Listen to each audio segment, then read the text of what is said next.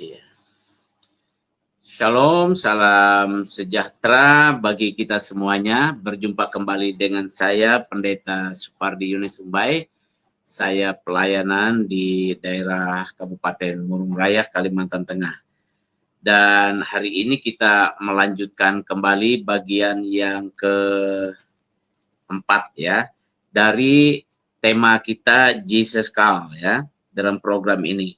Dan di tema keempat ini topik yang akan saya bagikan dengan judul ambil bagian dalam pemberitaan Injil ya. Ini ambil bagian dalam pemberitaan Injil. Sebelumnya mari kita berdoa. Bapa di dalam surga, kami berterima kasih untuk kesehatan, untuk kekuatan, untuk damai sejahtera, untuk kecukupan bahkan kelimpahan selalu yang Tuhan berikan dalam hidup kami. Hingga kami pun ya Tuhan mau terus mengabdikan hidup kami untuk melayani Tuhan. Dan dalam kesempatan ini hamba akan membagikan dari kebenaran firman-Mu Tuhan dengan topik mengambil bagian dalam memberitakan Injil. Tuhan mengurapi hamba, taruh tutur kata Tuhan dalam mulut hamba untuk disampaikan. Karena hanya firman-Mu, karena hanya perkataan-Mu yang dapat mengubah setiap hati kami, membaharui setiap hati kami dan mendewasakan iman percaya kami kepadamu. Terima kasih Bapa, terima kasih untuk pengurapan-Mu, terima kasih untuk Roh Kudus yang menolong kami. Kami sudah berdoa dalam nama Yesus, Juru Selamat kami. Haleluya, bersama kita berkata, amin, amin, amin, amin. Puji Tuhan, saudara kekasih di dalam Tuhan dimanapun saudara berada. Di dalam topik yang keempat yang saya beri judul ambil bagian dalam memberitakan Injil Yesus Kristus. Saudara, dasar dari firman Tuhannya yaitu dari Matius, Injil Matius 28 ayat 18 sampai 20. Yang sebelumnya saya bacakan untuk kita bersama. Matius 28 ayat 18 sampai dengan 20. Yesus mendekati mereka dan berkata, "Kepadaku telah diberikan segala kuasa di surga dan di bumi." Ayat 19. Karena itu pergilah, jadikanlah semua bangsa muridku, dan baptislah mereka dalam nama Bapa dan Anak dan Roh Kudus. Ayat yang ke-20. Dan ajarlah mereka melakukan segala sesuatu yang telah kuperintahkan kepadamu. Dan ketahuilah aku menyertai kamu senantiasa sampai kepada akhir zaman. Jadi memberitakan Injil, ya, memberitakan Injil ini adalah perintah, ya, amanat dari Tuhan Yesus Kristus. Dan sering orang mengatakannya amanat agung Tuhan Yesus Kristus adalah pergi untuk memberitakan Injil. Di dalam kita pergi memberitakan Injil ini, Tuhan Yesus tidak membiarkan kita pergi tanpa dilengkapi. Tentu kita dilengkapi lebih dahulu. Seperti di topik-topik sebelumnya, saudara, ya, salah satu hal yang sangat penting, bagian yang sangat penting sebelum kita pergi memberitakan Injil, yaitu kita diperlengkapi oleh Tuhan, ya, diperlengkapi dengan kuasa dari tempat tinggi. Atau dengan kata lain kita dipenuhi dengan Roh Kudus atau dibaptis dengan Roh Kudus. Rasul-rasul mengalami hal yang sama, ya. Bahkan Paulus, ya, yang rasul yang terkemudian dari rasul-rasul sebelumnya, murid-murid Yesus yang selalu berkumpul dengan Tuhan Yesus, ya, siang hari malam, ya. Beda ya dengan Petrus, di mana maksudnya Paulus, di mana Rasul Paulus ini menerima kepenuhan Roh Kudus itu justru setelah Yesus naik ke surga. Ketika ia mengalami perjumpaan dengan Tuhan Yesus dalam cahaya yang terang di jalan menuju Damsyik itu. Dan 3 hari kemudian ia didoakan oleh seorang murid Yesus yang bernama Ananias, dan saat itu juga ia mengalami yang namanya dipenuhi oleh Roh Kudus. Ini bagian yang penting. Nah, di dalam Kisah Para Rasul 1 ayat 8, mungkin bisa ditampilkan ayatnya. Kisah Para Rasul 1 ayat 8, kita perhatikan dulu.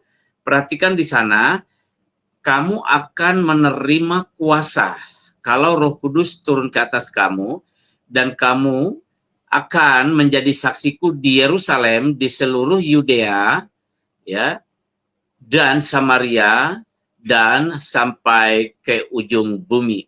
Jadi saudara, panggilan Tuhan Yesus, amanat agung Tuhan Yesus atau perintah Tuhan Yesus untuk setiap kita orang percaya adalah supaya kita itu pergi memberitakan Injil, ya. Supaya kita itu memberitakan Injil. Tetapi sebelum kita memberitakan Injil, kita harus menunggu dulu, menunggu janji yang diberikan oleh Tuhan sendiri kepada kita. Yaitu apa? Seperti di dalam Kisah Para Rasul 1 ayat 8 ini, ya. Kisah Para Rasul 1 ayat 8 ini kita perlu diberi kuasa, ya. Perlu diberi kuasa dari tempat yang maha tinggi. Itu maksudnya adalah kita perlu menerima Roh Kudus dalam artian dibaptis, bukan Roh Kudus sebagai metrai, sebagai tanda kita diselamatkan. Tapi ini adalah mengalami dipenuhi Roh Kudus atau dibaptis dengan Roh Kudus.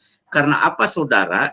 Karena saat itu kita menerima kuasa yang kita perlukan supaya kita menjadi efektif, supaya kita dapat bertahan, kita dapat kuat, kita dapat terus berjalan dalam hidup ini untuk memberitakan Injil, saudara.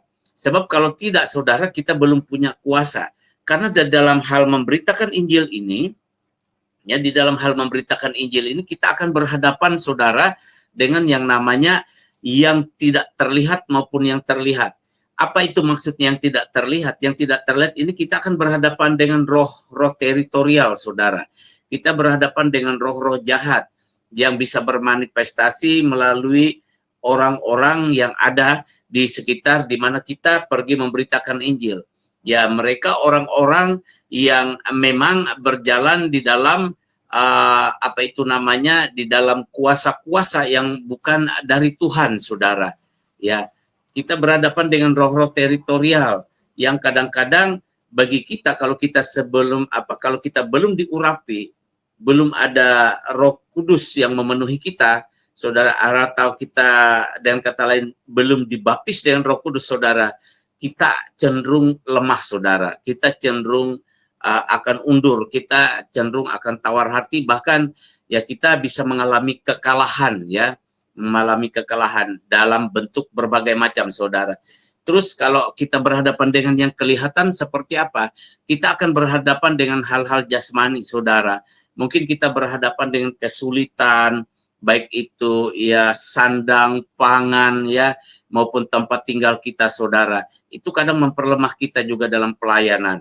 Nah, saudara, kita perlu yang namanya dipenuhi dengan kuasa dari tempat yang maha tinggi, ya, supaya kita dapat mengambil bagian dalam pemberitaan Injil, supaya kita dapat menjalani apa yang diperintahkan oleh Tuhan Yesus di dalam Matius 28 ayat 18 sampai dengan 20 ini, saudara. Ketika Yesus sudah memberi kita kuasa seperti itu, saudara, kita akan menjadi saksi Kristus. Dan Tuhan Yesus selalu menyertai kita juga, saudara. Ya, ini penting, saudara. Artinya apa? Ada waktu di mana kita betul-betul meminta kepada Tuhan, dan di dalam waktu itu juga kita menantikan Tuhan memenuhi kita dengan Roh Kudus-Nya, mengurapi kita dengan Roh Kudus-Nya. Ketika kita dipenuhi dengan Roh Kudus, ketika kita diurapi Tuhan, atau di Alkitab juga mencatat dipenuhi atau dibaptis dengan Roh Kudus, saudara, yang membaptis dengan Roh Kudus adalah Tuhan Yesus sendiri, saudara. Dan kita akan tahu, kita akan dapat merasakan kalau kita mengalami itu, saudara, kita bisa tahu. Ya, kadang kalau orang yang belum mengalami itu tidak mengerti apa yang saya katakan ini, ya, dari Alkitab ini mengenai baptisan Roh Kudus. Tapi bagi orang yang sudah mengalami peristiwa ilahi ini, peristiwa yang ajaib dan supranatural ini, akan mengerti apa yang saya sampaikan. Tetapi meskipun orang itu sebelumnya tidak ada pengalaman, ya, tidak ada pernah mengalami yang namanya dipenuhi Roh Kudus, tetapi kalau dia mengalami, dia akan mengerti bahwa dia telah dipenuhi. Nah, itu adalah sebagai legitimasi, itu adalah sebagai bentuk pentahbisan, itu adalah sebagai bentuk pengutusan Tuhan kepada seseorang atau kepada beberapa orang secara bersamaan supaya pergi memberitakan Injil, saudara. Itu yang pertama, saudara, ya. Di dalam kita mengambil bagian di dalam pemberitaan Injil, kita bisa berkata kepada Tuhan, Tuhan, hamba ini punya hati, hamba ini terbeban untuk memberitakan Injil kepada banyak jiwa.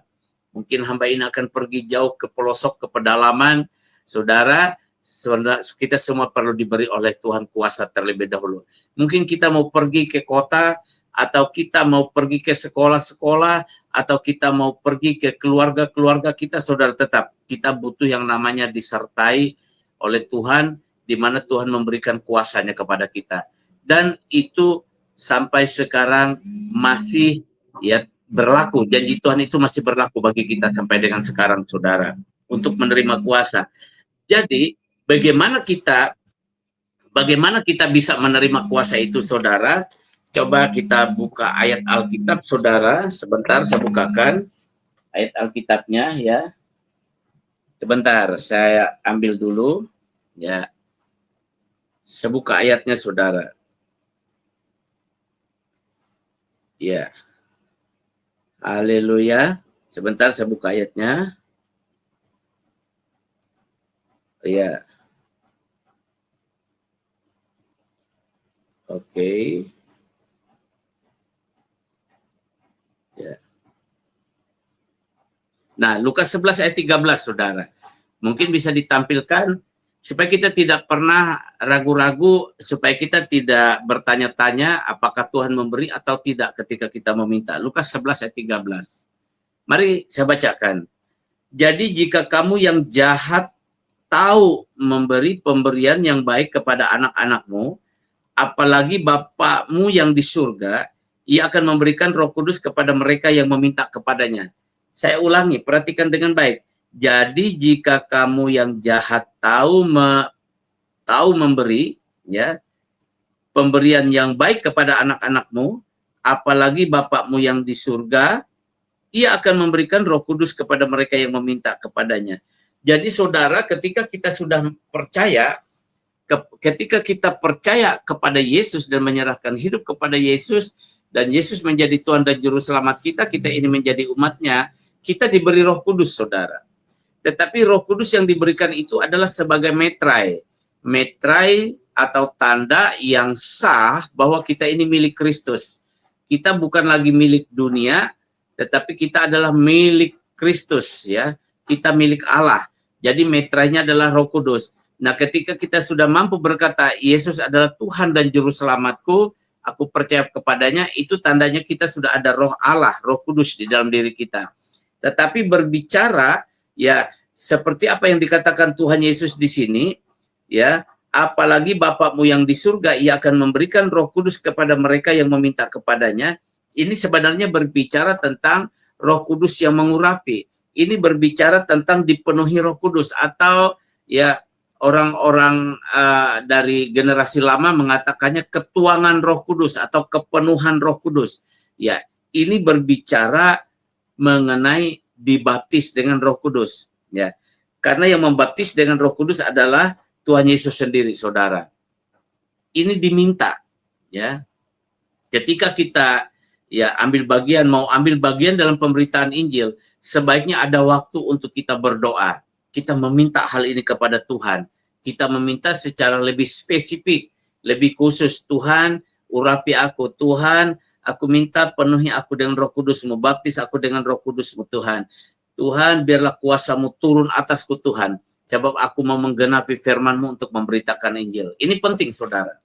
Karena kasus-kasus memberitakan Injil di lapangan itu macam-macam, saudara, ya. Karena yang pastinya roh-roh jahat, roh-roh teritorial itu tidak senang, tidak suka. Saya mengalami, saudara, ya, ketika ketika sekitar 16 tahun yang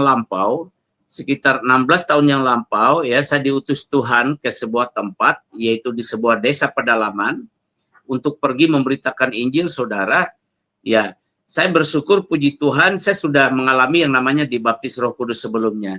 Jadi saya tidak ragu-ragu, Itu pun saya masih berdoa, Tuhan, ya sertai aku, Tuhan. Nah, ketika awal-awal saya masuk, saudara, 1 tahun, 2 tahun dalam pelayanan itu ada banyak sekali tantangan yang saya hadapi secara roh, saudara, ya. Secara ya roh, artinya yang tidak kelihatan secara kasat mata. Tetapi saudara, oleh karena memang ya Tuhan telah mengurapi, telah memberi kepada saya suatu perlengkapan, yaitu dengan dibaptis dan Roh Kudus. Sampai sekarang 16 tahun saya sudah berjalan pelayanan di desa tersebut, saudara. Bahkan saudara, ada 1-2 orang dukun yang bertobat, saudara ya. Nah, percaya kepada Injil dari yang tidak percaya. Baru-baru ini saya membaptis seorang dukun, ya dia sudah senior, sudah tua, banyak pengalamannya. Nah, saudara, dia memilih untuk menyerahkan hidupnya kepada Tuhan Yesus melalui saya, saudara ya. Melalui ya pelayanan yang saya jalankan dari Tuhan. Saudara, saya memahami kenapa orang tua ini menyerahkan hidup, dan ada beberapa yang lain tapi lebih memilih menyerahkan hidup kepada Tuhan melalui pelayanan yang saya laksanakan, saudara. Saya mengerti artinya ya bahwa beliau ini tidak dianggap main-main, sangat mengerti dunia roh, saudara ya. Jadi walaupun saya tidak cerita panjang lebar, saya memahami. Sehingga saudara, apa yang saya maksudkan tadi bahwa kita diberi kemampuan oleh Tuhan untuk melayani, menghadapi hal-hal yang seperti itu, saudara. Tapi kalau kita belum dipenuhi dengan Roh Kudus, belum dibaptis dengan Roh Kudus, saudara, kuasa itu belum ada dalam hidup kita, saudara. Ya, ini sangat berbahaya sekali kalau kita pergi memberitakan Injil itu dengan kekuatan kita, saudara. Ya, hanya misal maaf, kalau kita hanya bermodalkan ijazah ya dari sekolah Alkitab, ya dari sekolah teologi, ya masuk ke pelosok-pelosok yang notabene memang masih gelap secara rohani, saudara. Ya kita tidak mampu bertahan, saudara. Kita butuh kuasa Tuhan. Pendidikan itu baik, tapi kita juga harus mengikuti apa yang difirmankan oleh Tuhan Yesus, ya supaya kita menunggu sampai dipenuhi dulu oleh kuasa dari tempat yang maha tinggi. Baru kita bergerak, saudara. Itu yang pertama, saudara ya. Dan saudara, yang kedua adalah 1 Korintus 11 ayat 4. Mari kita lihat 1 Korintus 11 ayat 4. Ya. 1 Korintus 11 ayat 4. Saya bacakan. Ya. 1 Korintus 11 ayat Ferdi, 2 Korintus 11 ayat 4. 2 Korintus 11 ayat 4. Saya mirip seperti itu ya tulisannya. Jadi agak salah saya lihat. Maaf, padahal saya yang nulis sendiri. Ya. Nah, itu perhatikan di layar, itu ada ayat ditampilkan ya dari 2 Korintus 11 ayat yang keempat, saya bacakan. Sebab kamu sabar saja jika ada seorang datang memberitakan Yesus yang lain daripada yang telah kami beritakan, atau memberikan kepada kamu roh yang lain daripada yang telah kamu terima, atau Injil yang lain daripada yang telah kamu terima.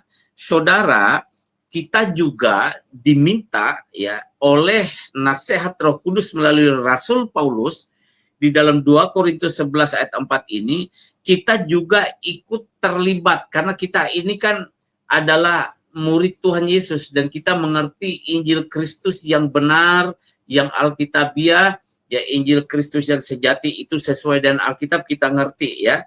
Dan saudara, ya di lapangan kita akan menemukan berbagai hal yang aneh ya di dalam kita memberitakan Injil. Mungkin kita dengar ada yang memberitakan Injil tapi kok beda dengan apa yang ada dalam Alkitab. Ada yang memberitakan tentang Yesus tapi kok beda dengan apa yang ada dalam Alkitab. Ada yang memberitakan tentang roh, ya dikatakannya Roh Kudus, tapi kok beda dengan apa yang ada dalam Alkitab. Saudara, ini menjadi bagian kita. Ketika kita pergi memberitakan Injil, saudara, ini menjadi bagian tanggung jawab kita yang diberikan oleh Tuhan. Maksudnya apa? Maksudnya adalah kita ikut sebenarnya memperhatikan, mengawasi ya pemberitaan Injil ya yang ada, yang dikabarkan di sekitar kita. Jadi kita ambil bagian untuk memberitakan Injil yang benar, menjelaskan dengan benar, saudara. Misalnya ada orang berbicara tentang Yesus, saudara. Tapi tentang Yesus ini tidak sama dengan apa yang ditulis dalam kitab suci Alkitab. Misalnya berbicara tentang kuasa Tuhan, kata mereka. Misalnya kuasa Tuhan. Misalnya ada yang sakit, ya ada yang sakit, lalu mereka menggunakan kuasa-kuasa yang lain. Tetapi karena mereka tidak mengerti Injil, mereka berkata, kami juga minta dari Tuhan. Ini juga usaha kami. Kami minta dari Tuhan supaya kami bisa sembuh. Lalu kita tanya, Tuhan yang mana? Nah, mereka hanya berkata yang di atas. Saudara, jadi mereka tidak menyebut Tuhan Yesus. Saudara, ini menjadi bagian kita juga untuk memberitakan Tuhan yang benar itu siapa. Jadi seperti itu, saudara. Ini yang kita temukan di lapangan. Jadi kita memberitakan Injil itu, kita juga tidak berdiam diri ketika Injil yang benar itu beritanya ya ada hal yang lain, ada seperti Injil yang lain begitu ya. Misalnya ya kita memberitakan Injil tentang bahwa setiap orang harus percaya kepada Yesus supaya dosanya diampuni dan diselamatkan. Tapi ada yang berkata, oh tidak hanya Yesus jalan keselamatan. Ya ada yang lain jalan keselamatan. Nah kita bisa berkata, Yesus Kristuslah yang disalib itu, Yesus Kristuslah yang ditetapkan oleh Allah untuk menjadi jalan pendamaian bagi setiap dosa orang, setiap dosa manusia atau setiap dosa kita. Kita ikut saudara menjelaskan. Jadi kita jangan sabar iya, tapi juga jangan sampai berdiam diri. Saudara, ini bagian dari ambil bagian dalam pemberitaan Injil. Mungkin kita bukan seorang penginjil ya, penginjil dalam artian full time ya. Mungkin kita hanya seseorang yang bersaksi ya. Kita bukan seorang pendeta, tapi kita hanya jemaat biasa. Tapi kita adalah orang yang bersaksi, saudara. Ya. Nah ini penting juga saudara bagi kita itu untuk memperhatikan yang namanya ya bagaimana Injil yang benar itu diberitakan, karena ada juga Injil yang lain yang juga beredar di tengah-tengah dunia ini saudara, yang juga merebak menyebar ke tengah dunia ini saudara. Ini cukup sensitif sebenarnya saudara kalau kita bicarakan di luar saudara, tetapi cukup bagi kita cukup mengetahui ini. Oleh sebab itu saudara, apa yang Anda saya katakan, kita harus memberitakan Injil Kristus. Ya, bukan Injil yang lain. Tetapi kalau kita tidak diberi kuasa oleh Allah, tidak dibaptis dengan Roh Kudus untuk menerima kuasa dari Allah supaya dalam hidup kita ada kuasa Allah yang bekerja, dan dibaptis oleh Roh Kudus itu juga itu memberikan kepada kita karunia-karunia Roh Kudus, ya. Ketika kita dibaptis dan Roh Kudus itu kita memiliki karunia-karunia Roh Kudus dan kita akan mengerti karunia kita apa. Seiring dengan waktu berjalan kita pelayanan, ya. Jadi kita juga melayani dengan karunia-karunia Roh Kudus. Misalnya diberi karunia kesembuhan, berarti rajin-rajin melayani orang sakit. Diberi karunia untuk pengajaran, rajin-rajin untuk mengajar firman Tuhan dari dalam Alkitab, ya. Kalau kita diberi karunia menasehati, ya kita gunakan waktu untuk menasehati. Nasihatnya harus sesuai dengan apa yang ada dalam Alkitab, sesuai firman Tuhan, sesuai Injil. Jangan nasihat dari pendapat pribadi kita, ya, dari pendapat pribadi kita. Kalau dalam bahasa teologinya, ya jangan eisegesis, tapi exegesis, ya. Karena kalau kita yang menasehati tapi di luar daripada ayat-ayat nampaknya baik, itu tidak ada dampak, tidak ada kuasa, saudara ya, untuk mengubah orang itu menjadi lebih baik maksudnya. Nah oleh sebab itu saudara, kita harus mengawasi seperti apa Injil itu diberitakan. Ya bukan berarti kita mengawasi lalu karena kita ada otoritas, tetapi kita mengawasi itu dengan cara apa? Dengan cara kita bisa bersaksi, ini loh yang benar tuh seperti ini. Yang Tuhan kehendaki itu seperti ini. Ya. Sebenarnya begini firman Tuhan katakan. Kalau Anda adalah seorang percaya, Anda hanya minta kuasa Tuhan yang menyembuhkan Anda. Ya, jangan minta kuasa-kuasa yang lain. Kalau Anda memang percaya kepada Yesus yang adalah Tuhan dan Juru Selamat bagi diri Anda, maka dalam susah, dalam senang, dalam sakit, dalam sehat, dalam ada, dalam tiada, dalam ketakutan, kegentaran, dan dalam rasa berani dan damai sejahtera tetap bersama Tuhan Yesus. Itu maksudnya. Ya, jadi melalui perbuatan kita, kita juga sebenarnya sudah memberitakan Injil. Ya, melalui tindakan kita, tutur kata kita, kita sebenarnya juga sudah memberitakan Injil. Artinya apa? Kita tetap memiliki integritas, ya, tetap berintegritas meskipun dilihat atau tidak dilihat oleh yang lainnya, ya, karena Tuhan yang melihat. Kita tetap sebagai seorang yang memberitakan Injil, saudara. Puji Tuhan, saudara. Nah, kemudian saudara, kita lihat di dalam 1 Korintus 9 ayat 11 sampai 19. Mari kita buka lagi Alkitab kita, 1 Korintus pasal yang ke-9, panjang memang, ya, ayat 11 sampai yang ke-19. Ya, bisa saja ditampil di layar. Saya baca dulu mulai ayat 11 dan berlanjut, ya. Ayat 11 sampai 19, 1 Korintus pasal 9. Jadi, jika kami telah menaburkan benih rohani bagi kamu, ya, perhatikan, berlebih-lebihankah kalau kami menuai hasil duniawi daripada kamu? Kalau orang lain mempunyai hak untuk mengharapkan hal itu daripada kamu, bukankah kami mempunyai hak yang lebih besar? Tetapi kami tidak mempergunakan hak itu.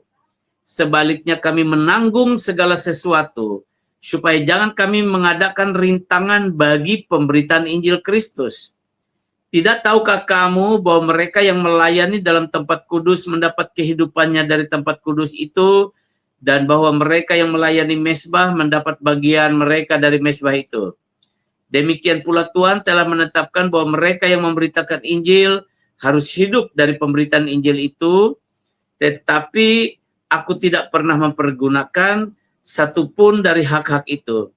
Aku tidak menulis semuanya ini supaya aku pun diperlakukan juga demikian. Sebab aku lebih suka mati daripada ...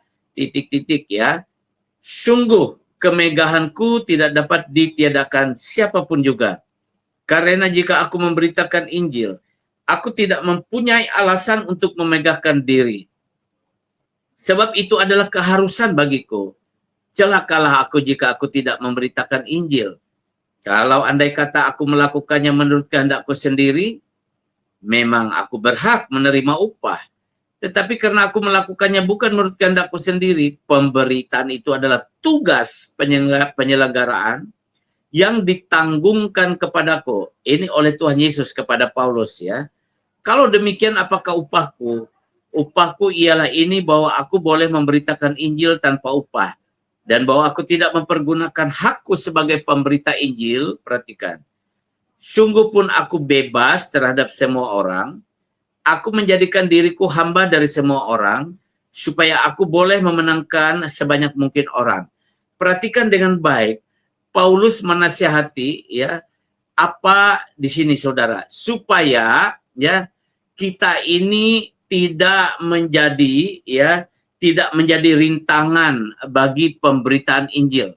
Ya, saya ulangi ayatnya. Kalau orang di ayat 12, kalau orang lain mempunyai hak untuk mengharapkan hal itu daripada kamu, ya, ayat 12, ya, bukankah kami mempunyai hak yang lebih besar? Tapi kami tidak mempergunakan hak itu. Sebaliknya kami menanggung segala sesuatu, supaya jangan kami mengadakan rintangan bagi pemberitaan Injil Kristus. Amin.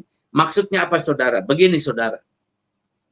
Jika memang engkau terpanggil untuk memberitakan Injil, ya, ambil bagian dalam pemberitaan Injil Yesus Kristus. Dan seharusnya demikianlah kita sebagai umat Tuhan Yesus, sebagai murid Tuhan Yesus, apalagi kalau kita sudah diberi kuasa, kita sudah mengalami yang namanya dibaptis Roh Kudus, kita juga sudah ada karunia-karunia Roh Kudus yang aktif dalam hidup kita, saudara, ya, ada karunia, ya. Nah, saudara, kita ini jangan sampai mengadakan, ya, rintangan bagi pemberitaan Injil Kristus. Misalnya kita tidak punya uang, tidak punya biaya untuk pergi memberitakan Injil, ya. Kita tidak perlu sampai, ya, tidak pergi memberitakan Injil. Kita boleh pergi kemana yang bisa kita jangkau, ya. Kita boleh pergi ke tempat di mana kita mampu. Bahkan, saudara, di dalam memberitakan Injil seperti Paulus ini tidak mengharapkan ada sponsor, ada donatur, saudara. Ketika kita tahu kita dipanggil Tuhan, kita bergerak, kita berdoa dan kita mengerjakannya, ya. Dan Tuhan akan menuntun step by step. Tuhan akan menuntun langkah-langkah kita dan Tuhan akan mencukupi segala kebutuhan kita, saudara. Ya, saya bersaksi sedikit mengenai apa yang saya alami, saudara. Ketika saya diutus Tuhan ke sebuah desa pedalaman 16 tahun yang lalu, kurang lebih, saudara, memang saya sudah terima baptisan Roh Kudus sudah bertahun-tahun sebelumnya. Tetapi secara spesifik Allah menunjukkan tempat saya pelayanan, saudara, hanya perkataan Tuhan hanya satu kalimat, engkau pergi, dan disebut nama desa itu. Saya tidak sebut di sini nama desanya. Engkau pergi. Dan bahasa yang digunakan ya di dalam mimpi itu adalah bahasa daerah setempat. Saya mengerti, oh saya diutus ke suku itu. Oh saya mengerti bahwa saya diutus Tuhan. Saudara, saya tidak menanyakan lagi dengan si A, si B, atau berunding dengan si A, si B, kecuali saya berbicara kepada istri saya dan saya berbicara kepada gembala sidang saya. Ketika saya berbicara kepada istri saya bilang, saya diutus Tuhan ke desa ini untuk memberitakan Injil. Istri saya itu nggak bisa jawab, saudara, karena bagi dia pergi ke desa itu, karena kami tinggal di kota kabupaten. Kalau pergi ke desa itu, dia mikir, waduh ini desa, ini pelosok, jalannya bergunung-gunung, saudara, jarak tempuhnya itu bisa 1,5 jam, saudara, waktu itu. Sekarang mending ya, karena sudah ada kemajuan. Itu jalannya bergunung-gunung, terus berlobang-lobang, berbatu-batu, saudara. Waktu itu saya sudah ada sepeda motor, walaupun saya kredit waktu itu, saudara. Tanpa banyak bertanya, saya pergi, saudara. Ya kadang-kadang hanya pas-pasan untuk beli minyak. Ya kadang-kadang karena saya membuka ibadahnya itu sore. Saya mulai buka ibadah itu sore, saudara, ya. Ya, sore karena permintaan 2-3 orang yang sudah mulai menjadi jemaat. Dan sebelumnya tanda ajaibnya saya masuk ke sana itu, saudara, saya mendoakan orang sakit sekarat, orang sakit itu disembuhkan Tuhan, saudara, sehingga orang meminta saya melayani di situ, ya, keluarga yang sakit ini 1-2 orang, sehingga sampai sekarang tuh sudah berkembang. Saudara, saya seringkali melayani itu, saudara, ya juga bergumul dengan masalah keuangan, masalah biayanya, ongkosnya. Saudara, tetapi sampai hari ini saya lihat Tuhan luar biasa menolong, menyertai. Karena saya berkeputusan, Tuhan saya mau pergi memberitakan Injil ini dengan segenap hati. Ya sebenarnya Tuhan tolong segala kebutuhan hamba. Tuhan tidak langsung memberikan, saudara, seperti misalnya ada banyak donatur, sponsor yang mengirim dana. Tidak begitu, saudara. Tapi Tuhan mengajar step by step, sampai sekarang. Nah waktu itu, saudara, pelayanan tahun ketiga dan tahun keempat, saya hampir menyerah, saudara. Karena masalah ekonomi, saudara. Tapi saya tidak berani meninggalkan pelayanan.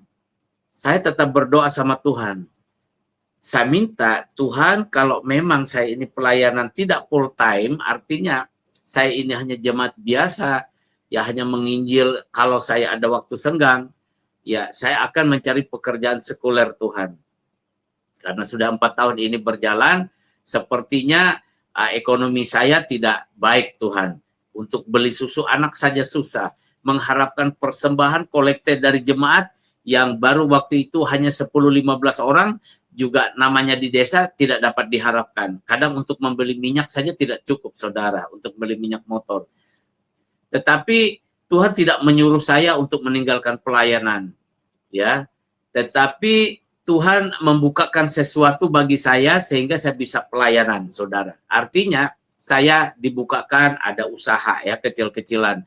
Nah, saudara, seperti itu, saudara, kita jangan karena melihat kesulitan-kesusahan lalu kita berkata, tidak jadi memberitakan Injil. Tidak usah saja ke sana. Padahal kita tahu pasti Tuhan mengutus kita ke sana. Itu namanya, ya, kita tidak mengadakan rintangan untuk pemberitaan Injil. Kita terus. Atau misalnya kita pelayanan di desa, saudara. Tiba-tiba kita memaksa jemaat harus segera mengembalikan persepuluhan. Sementara mereka dalam segi pengajarannya belum ngerti, misalnya. Ya, kita walaupun kita ngajar, mereka juga belum ngeh gitu. Kolekte juga, saudara, tidak bisa dipaksakan, saudara. Kondisi ekonomi mereka juga masih sulit, saudara. Jangan kita memaksa, misalnya, paksa jemaat, harus sekian iurannya, harus sekian, amplopnya harus sekian. saudara itu mengadakan rintangan. Nah, Paulus tidak melakukan itu. Kita belajar contoh dari Paulus sebagai pelayan. Ia bahkan bekerja untuk membiayai pelayanannya. Nah, saudara, saya perhatikan di daerah kami tempat pelayanan ini, hamba-hamba Tuhan itu sampai ada yang berladang, saudara, berkebun demi supaya pelayanannya tetap berjalan. Ya, ada yang sambil bekerja bangunan, saudara, ya. Tapi sekarang rata-rata juga sudah meningkat, saudara, karena berkat Tuhan. Tapi tetap setia melayani. Nah, oleh sebab itu, jika engkau memang mau ambil bagian dalam pemberitaan Injil, terlebih-lebih engkau sudah ada panggilan, ya masing-masing kita beda tempat, beda lokasi, beda latar belakang, beda keadaan, tetapi di setiap keadaan kita, ya dari setiap latar belakang kita, tentu kita berhadapan dengan kesulitannya masing-masing. Apa yang hendak saya bagikan di sini? Supaya kita tetap bersandar kepada Tuhan, ya. Supaya kita tetap mengingat panggilan Tuhan kepada kita, ya. Walaupun ya saya seringkali mau menyerah, ya persoalannya beda lagi. Ketika persoalan ekonominya sudah bisa saya atasi, artinya bukan saya atasi. Di dalam masalah ekonomi, dalam pelayanan dan kehidupan rumah tangga itu sudah tidak lagi menjadi persoalan bagi saya, tapi saya menghadapi masalah yang lain lagi, saudara. Ya, jemaat itu tidak semuanya langsung dewasa, saudara, karena nanti sekian tahun pelayanan ada jiwa baru, sekian tahun lagi ada jiwa baru, sekian bulan ada jiwa baru. Jadi tingkat kerohanian beda-beda. Nah, dalam menghadapi seperti ini, seringkali saya juga, saudara, merasa terpukul, dan seringkali saya terluka, saudara, menghadap apa itu namanya cara jemaat ini, cara berjemaatnya, cara mereka kesetiaan ketaatannya kepada Tuhan. Bayangkan, kita sudah mempersiapkan diri, doa puasa kita bersungguh-sungguh. Ketika hari Minggu ibadah, saudara, sedikit yang hadir. Bahkan kita banyak melihat mereka seliweran, lalu lalang, jalan kaki begitu santai di depan gereja, saudara. Itu sebagai gembala kita bisa terluka, saudara. Ya, seringkali ada keinginan di hati saya itu, sudahlah kalau begini berhenti saja pelayanan. Kalau begini mungkin Tuhan sudah berkehendak saya tidak pelayanan lagi.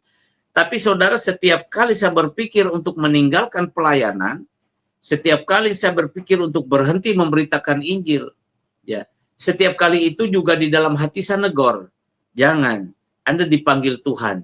Anda dipanggil Tuhan.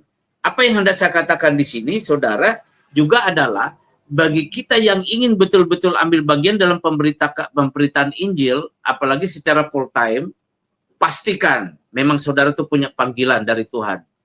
Pastikan memang panggilan itu ada, dan saudara tahu ketika saudara dipanggil, ada tanda-tanda ajaib dari Tuhan, ada penyataan-penyataan Tuhan Yesus secara ajaib, dan yang tahu hanya kita sendiri, antara kita dengan Tuhan. Nah, saudara, ini yang apa yang dimaksudkan tadi, ya, supaya kita ketika kita menghadapi kesulitan, kita ingat kepada panggilan kita. Supaya kita tidak merintangi pemberitaan Injil dari diri kita, saudara. Ya. Atau misalnya ada orang lain yang mau masuk ke daerah kita ingin memberitakan Injil. Ya. Jangan kita bilang, ini wilayah saya. Ya. Ini desanya kecil, cukup satu gereja di sini. Ini kecil wilayahnya. Saudara ke sana saja. Ya. Saya pikir tidak usah kita sampai demikian, ya.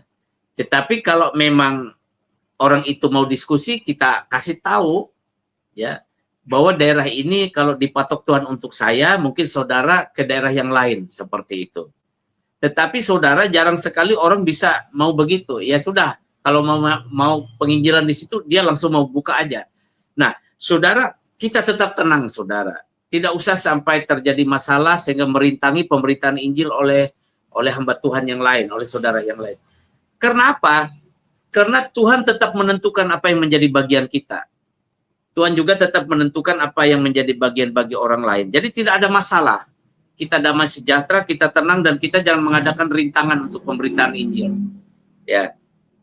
Kemudian saudara, kita akan lanjut ya dalam 1 Korintus 15 ayat 58.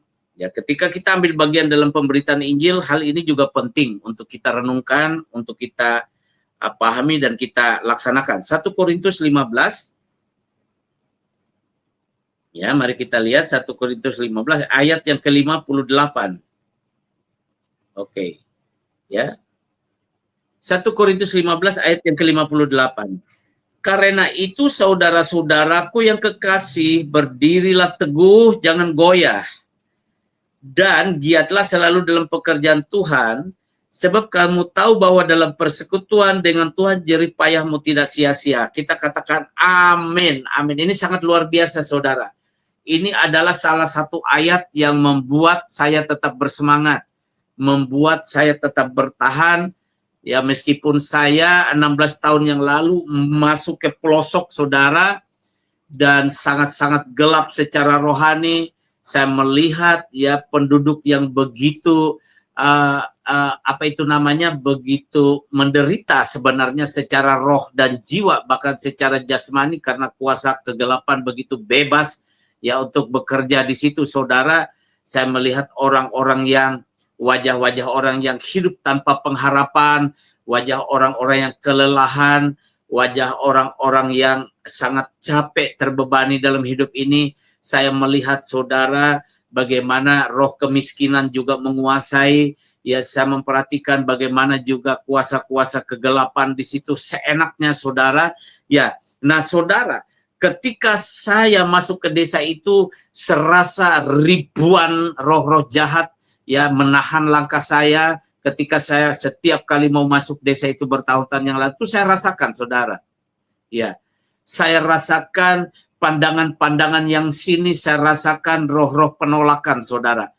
Tapi saya berpegangan dengan apa yang telah Tuhan katakan kepada saya, supaya saya tetap masuk ke desa itu, saudara, ya.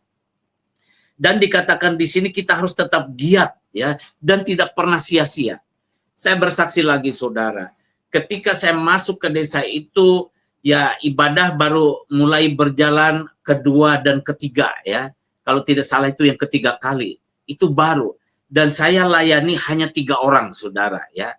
Itu ibadah pertama, kedua, dan ini ibadah yang ketiga. Saudara tahu, ketika saya sedang memberitakan Injil, saya rasa ada serangan kuasa kegelapan, saudara.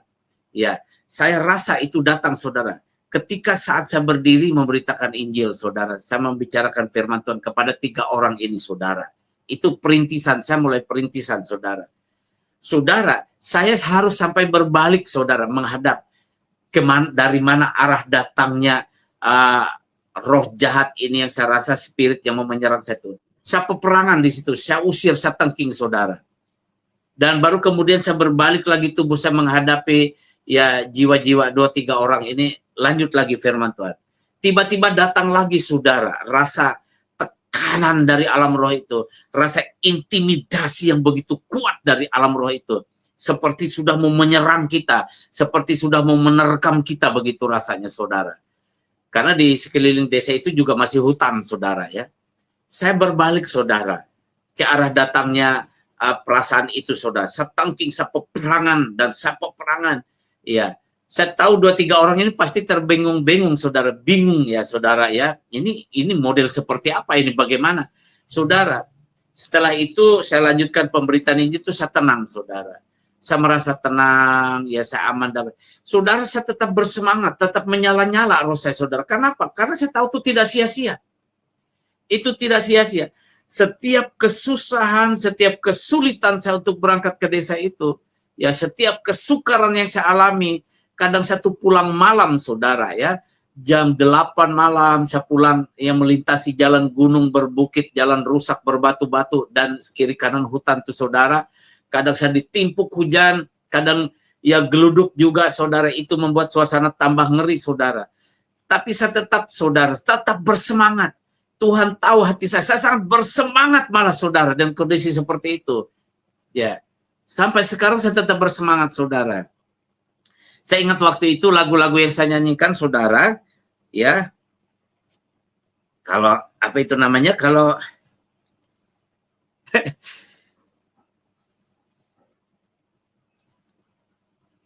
ya, saya jadi teringat. Ada satu lagu, saudara, yang saya ingat. Ketika hujan lebat, itu gelap, ya, hujan lebat, gelap, petir, Saya di atas motor.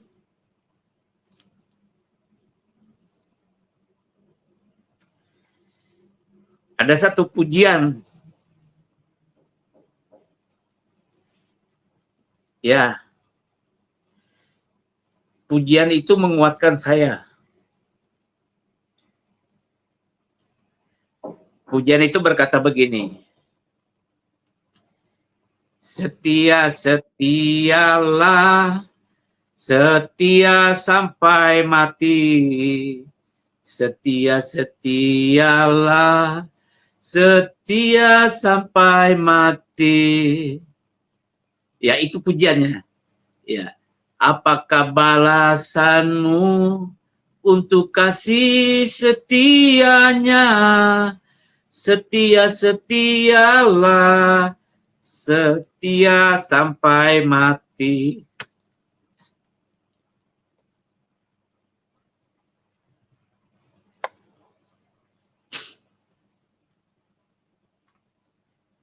Ya, saudara, jadi pujian itu bertahun-tahun, saudara, menemani saya dalam pelayanan. Ya. Sehingga tahun-tahun pertama, kedua, ketiga, keempat, kelima saya bisa lewati. Tahun ke-6 saya bergumul, saudara, untuk gereja. Karena selama 6 tahun dan masuk tahun ke-7 saya masih ibadah di rumah-rumah jemaat, saudara. Itu menjadi pergumulan yang berat ketika hari Sabtu sore, yaitu menjadi pergumulan, itu menjadi doa saya. Pertanyaan saya, apakah ada pintu rumah yang terbuka untuk melayani besok? Apakah ada pintu rumah terbuka untuk ibadah besok, saudara? Seringkali saya mendapat wajah-wajah jemaat yang, karena mereka memang belum mengerti benar, wajah yang sinis, saudara. Sepertinya tidak menerima kedatangan saya untuk membuat ibadah, tapi saya terus hadapi. Karena saya pikir ya penolakan, ya pergumulan itu tidak sia-sia di dalam Tuhan. Jadi saya terus, saudara, bersemangat. Karena saya pikir sesuai dengan ayat di dalam 1 Korintus 15 ayat 58 ini, bahwa giatlah selalu dalam pekerjaan Tuhan, sebab kamu tahu bahwa dalam persekutuan dengan Tuhan jerih payahmu tidak sia-sia. Saudara, saya tidak punya sponsor, ya. Saya tidak punya apa itu namanya honor atau gaji dari siapapun, tidak ada. Saya biaya pelayanan berbagi dengan ya biaya keluarga. Saya terus jalani itu, saudara. Jadi apa yang Anda saya katakan di sini, kalau engkau memang mengambil bagian dalam pemberitaan Injil Yesus Kristus ini, lakukanlah dengan segenap hatimu, dengan segenap tenaga, dengan segenap kekuatanmu, ya, untuk melayani Tuhan. Ya, tidak mengapa, pengorbananmu tetap diingat oleh Tuhan, kesusahanmu, kesulitanmu tetap diingat oleh Tuhan, ya, ketakutanmu, kegentaranmu, kesedihanmu, rasa karena ditolak, ya, Tuhan tetap ingat itu. Saudara, saya bukan orang pemberani, saudara. Saya ini juga penakut, saudara, ya. Saya ini punya rasa takut juga di kegelapan, di hutan begitu, saudara, ya. Karena di daerah kami ini yang namanya kegelapan rohani waktu itu betul-betul gelap, banyak yang aneh. Dan perjalanan saya ke tempat pelayanan itu dari kota kabupaten masuk ke desa itu sekitar 25 km, saudara, ya. Dan waktu itu ditempuh dengan waktu kurang lebih 1,5 jam, ya. Kalau PP itu sekitar kurang lebih ya 3 jam, saudara. Nah, saudara, saya kalau pulang malam itu kan bisa takut nih, saudara, karena dengar cerita yang macam-macam dari orang yang hilir mudik melalui jalan itu. Tapi puji Tuhan, saudara, saya tuh berdoa kepada Tuhan seperti ini. Tuhan, hambamu ini penakut, Tuhan. Hambamu ini penakut.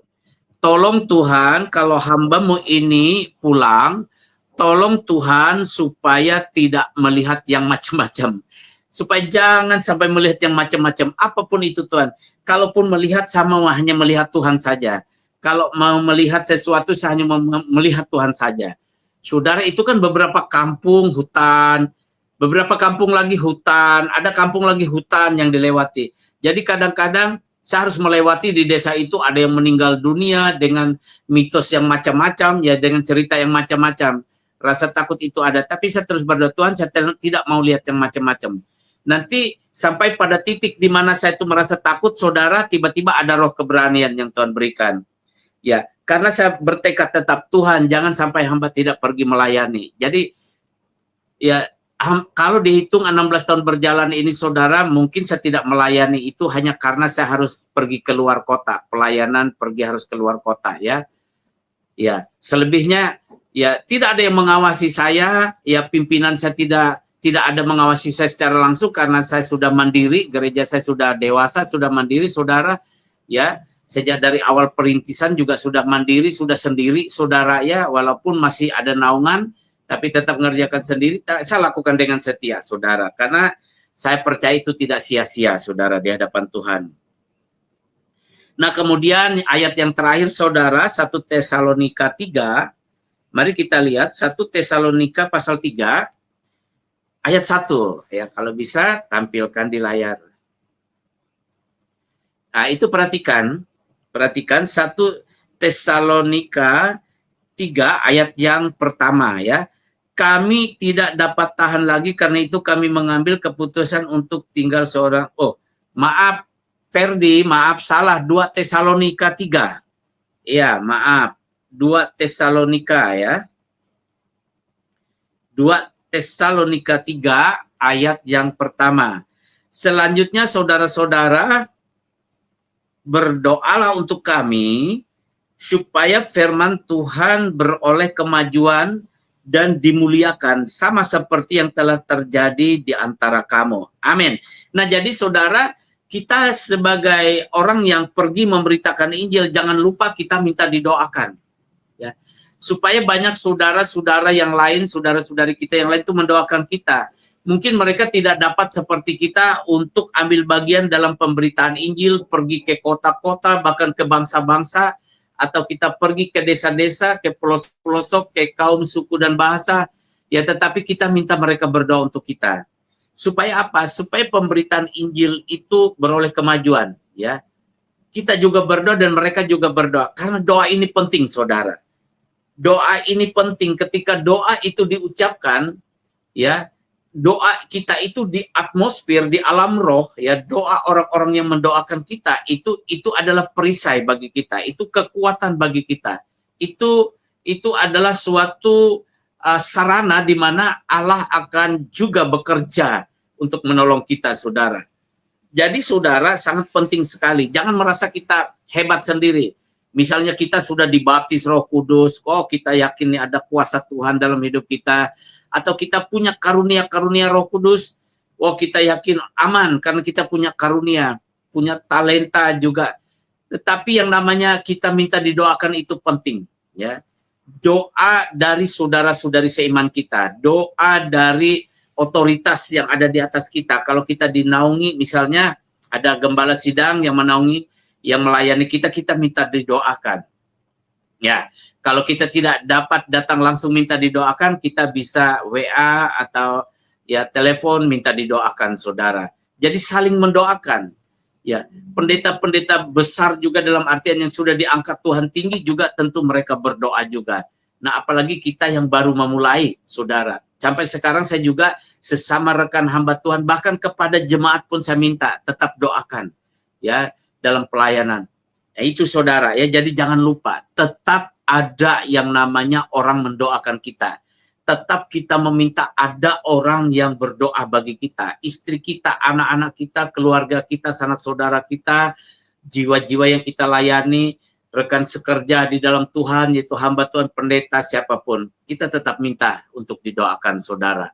Dan ketika kita didoakan, saudara, tentu Allah memperhatikan kita, saudara. Dan tentu roh-roh jahat, kuasa-kuasa kegelapan itu ngerti bahwa Tuhan itu menyertai kita. Karena ya di atmosfer, ya di alam roh itu, tentu roh jahat melihat kemuliaan Allah yang melalui doa-doa yang dinaikkan kepada Allah bagi kita. Mereka akan lihat itu, saudara. Ya, walaupun saya tidak bisa menjelaskannya, untuk untuk menjelaskannya lebih dalam. Tapi saya punya keyakinan, saudara ya. Saya punya keyakinan seperti ada kemuliaan Tuhan, ada cahaya kemuliaan Tuhan yang menyertai kita dari doa-doa itu, saudara. Nah, oleh sebab itu, saudara, jangan lupa seperti yang diminta Paulus kepada jemaat di Tesalonika itu, ya, selanjutnya saudara-saudara berdoalah untuk kami supaya firman Tuhan beroleh kemajuan dan dimuliakan. Puji Tuhan, itu firman Tuhan dari topik ambil bagian dalam pemberitaan Injil, yaitu topik keempat dari tema kita Jesus Call ini, dan kita akan akhiri, saudara, dengan doa, saudara. Mari kita berdoa.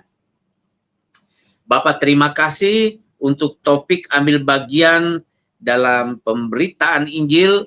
Sudah hamba sampaikan, hamba yakin dan percaya Tuhan telah turut campur tangan untuk memberitakannya, dan hamba percaya setiap firman Tuhan yang ditaburkan tidak pernah gagal, akan bertumbuh, akan berhasil, akan berbuah lebat melalui tanah hati para pendengar yang mendengarnya. Terpujilah Tuhan, kami mengucap syukur untuk kesehatan, kekuatan, tenaga, untuk lawatan Tuhan, untuk Roh Kudus yang menyertai kami di dalam pelayanan ini, dan juga untuk teman-teman yang ada di studio juga diberkati oleh Tuhan. Terima kasih Bapa, dalam nama Tuhan Yesus Kristus kami mengucap syukur. Haleluya, bersama kita berkata amin. Iya, terima kasih para pendengar dimanapun saudara berada. Kita akan berjumpa lagi di sesi atau di topik yang kelima dari program Jesus Call ini, dari tema Jesus Call ini, yaitu menjadi terang dan garam. Ya, saya harap nanti para pendengar dimanapun berada, ya jangan lupa juga untuk menuntaskan, untuk memperhatikan atau menyaksikan dari topik yang kelima ini. Tuhan Yesus memberkati. Salam, sampai berjumpa lagi. Terima kasih.